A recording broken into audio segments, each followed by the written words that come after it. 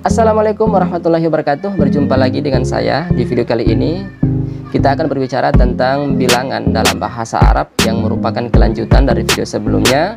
Jadi pembahasan kita sudah masuk ke angka belasan dan insya Allah akan berlanjut sampai angka puluhan. Oke, tetap ikuti terus video ini, jangan kemana-mana dan jangan lupa subscribe.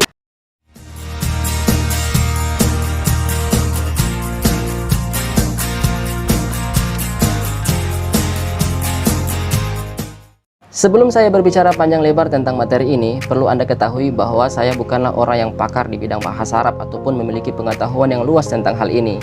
Pengetahuan saya tentang bahasa Arab sangatlah sedikit, tetapi yang sedikit ini saya harap bisa menjadi manfaat bagi orang banyak. Oleh karena itu, saya sangat mengharapkan kritikan dan saran dari Anda untuk saya jadikan sebagai pembelajaran ke depan nanti. Oleh karena itu, ketika saya berada di jalan yang salah, sadarkanlah saya.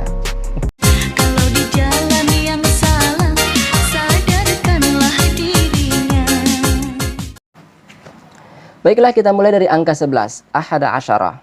Perlu Anda ketahui bahwa dalam bahasa Arab itu jenis kata terbagi dua, muzakkar dan muannas, maskulin dan feminim, laki-laki dan perempuan. Bukan cuma makhluk hidup saja ada yang laki-laki dan perempuan, tetapi juga kata-kata dalam bahasa Arab juga ada laki-laki dan ada perempuan. Kalau jenis ini di luar jangkauan. Adapun ahada asyara termasuk dalam kategori muzakkar. Sementara muannasnya ialah ihda asyrata. Nah, dikategorikan muannas karena pada kata asyrata itu ada tak marbuto. Tapi perlu Anda ketahui bahwa kedua kata ini merupakan mudhof dan mudhofun ilaih, kata yang saling disandarkan. Ahada merupakan mudhof.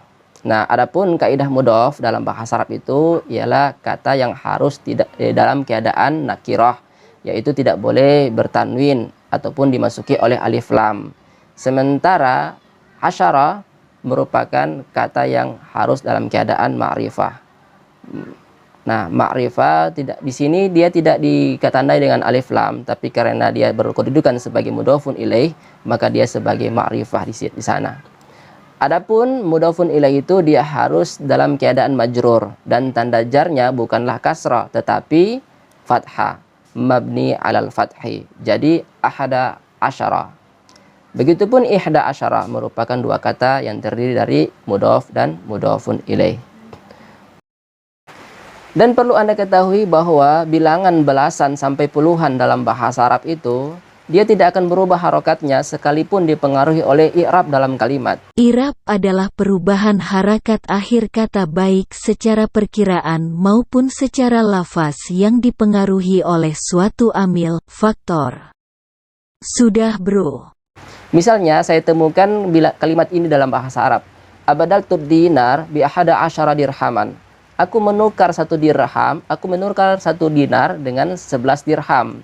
Di sana kata bi ahada asyara merupakan jar wal majrur. Adapun tanda majrur pada kata ahada ialah fathah bukan kasrah. Berikutnya angka 12, isna asyara. Isna asyara merupakan jenis muzakkar dalam posisi marfu'. Adapun bentuk muannasnya ialah isnata asyrata. Nah, isna asyara awalnya ialah isnani asyara. Tetapi karena dia berkedudukan sebagai mudhof dan mudhofun ilaih, maka kaidahnya huruf nun pada kata isnani dibuang sehingga tertinggal isna asyara menjadi isna asyara. Begitupun ketika dia dalam bentuk muannas isnata asyara, awalnya isnatani asyrata, tetapi karena dia dalam posisi mudhof maka huruf nunnya dibuang menjadi isnata asyrata. Adapun contoh penggunaannya dalam kalimat, misalnya pada ayat ini, inna iddatasy syuhuri 'indallahi isna asyara syahra. Sesungguhnya jumlah bulan dalam setahun di sisi Allah itu ada 12 bulan. Isna asyara pada kalimat itu ia berkedudukan sebagai khobar inna. Oleh karena itu ia harus berposisi marfu dan tanda rafa'nya ialah alif. Nah, sebagaimana kaidah dalam bahasa Arab, hukum inna dan kawan-kawannya itu dia berfungsi untuk menasabkan isim dan merafakkan khobar. Isim inna pada pada ayat itu ialah iddata, sehingga tanda nasabnya ialah fathah dan khobarnya ialah isna asyara. Tanda rafa'nya ialah alif.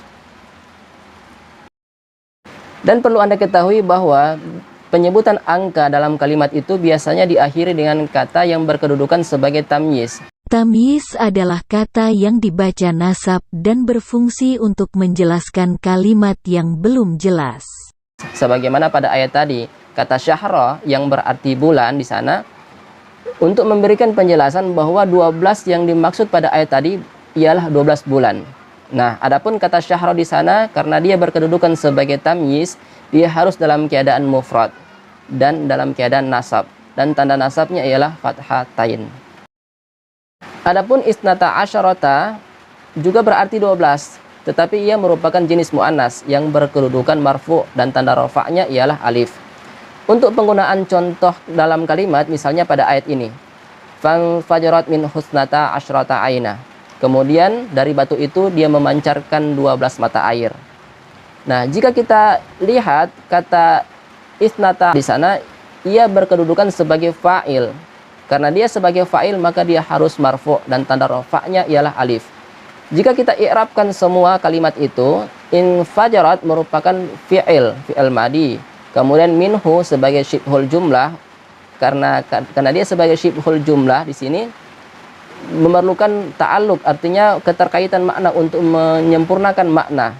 Maka dia berta'alluq kepada atau untuk menyempurnakan makna, ia bergantung maknanya kepada kata kerja infajarat. Dan kata minhu di sana, domiruhu di sana dia kembali kepada kata yang dimaksud ialah al-hajar, batu. Jika kita lihat pada ayat secara keseluruhan, wa idistasqa Musa liqaumihi faqul nadrib bi'aswakal hajar.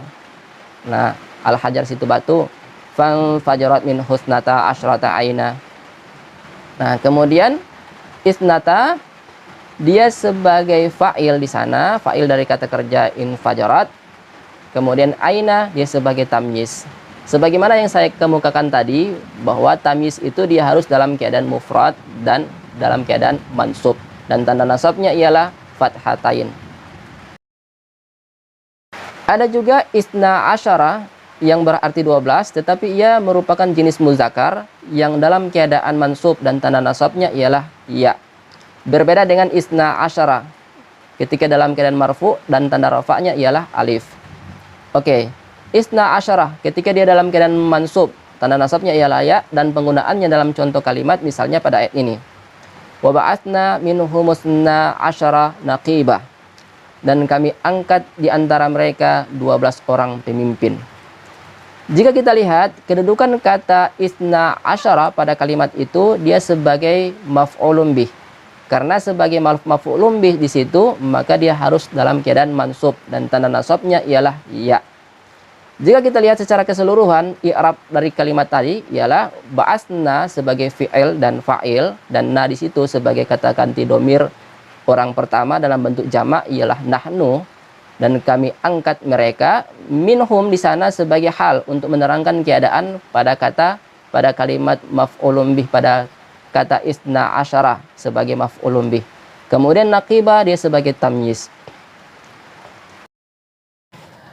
Ada juga isnata asyrata yang berarti juga 12, tetapi ia merupakan jenis mu'annas yang berkedudukan mansub dan tanda nasabnya ialah ya.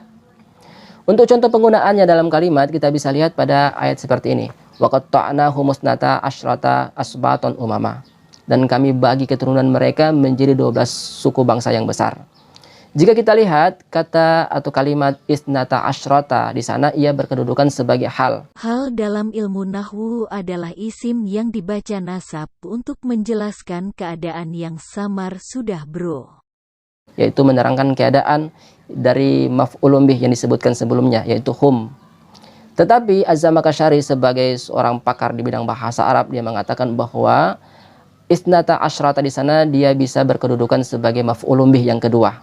Nah, karena dia berkedudukan sebagai maf'ulun bih, maka dia harus nasab dan tanda nasabnya ialah ya. Adapun asbaton di sana Abu Ishaq Az-Zajjaj menolak bahwa di sana dia tidak bisa berkedudukan sebagai tamyiz karena asbaton di sana dia dalam bentuk jamak. Oleh karena itu dia tidak boleh jadi tamyiz, tetapi dia berkedudukan sebagai badal. Badal adalah tabi, lafaz yang mengikuti, yang dimaksud dengan hukum tanpa perantara antara ia dan matbu'nya, bukan antara kau dan aku. Terlalu panjang bro, baca sendiri Jo Uti. Bentuk mufrad dari asbaton ialah bastun. Nah, oleh karena itu untuk mubdal minhunya yang digantikan, badal artinya pengganti, dan yang menjadi mubdal minhunya yaitu yang menjadi pengganti yang diikuti ialah isnata asyrata, karena isnata asyrata di sana dia berkedudukan mansub, tanda nasabnya ialah ya. Nah, karena dia mansub maka badal juga yang disebutkan pada kata setelahnya dia harus mansub juga. Adapun umamah juga sebagai badal dan mubdal minhunya ialah asbato. Untuk angka 13 sampai dengan 19 itu tidak terlalu membingungkan bagi Anda karena harokatnya tidak akan pernah berubah sekalipun dipengaruhi oleh i'rab dalam kalimat. Cukup Anda hanya bisa membedakan saja mana yang muzakkar dan mana yang muannas. Misalnya kalau dia muzakkar, kata atau bilangannya itu yang diawali harus ditandai dengan tak marbutoh. Itu kalau muzakkar. Misalnya salasata asyara 13, arba'ata asyara 14, khamsata asyara 15, sittata asyara 16, sab'ata asyara 17, samaniyata asyara 18, tis'ata asyara 19, ishrun 20. Sementara kalau dia muannas, bilangan awalnya itu atau angka awalnya itu tidak diawali dengan tak marbutoh. Itu kalau muannas. Misalnya salasa asyrata, arba'a asyrata, khamsa asyrata, dan seterusnya. Oke? Oke, demikian dulu dari saya. Semoga apa yang bisa saya sampaikan bermanfaat bagi kalian semua. Dan untuk referensi bacaan yang saya jadikan rujukan utama ialah kitab I'rabul Quran wa Bayanuhu karya Muhyiddin Ad-Durusi. Silakan Anda download bukunya, sudah saya masukkan di deskripsi video. Dan tentunya kekeliruan pasti saja terjadi pada diri saya. Oleh karena itu saya sangat mengharapkan kritikan dan saran dari Anda. Sampai jumpa, ma'assalamah, see you next time. Wassalamualaikum warahmatullahi wabarakatuh.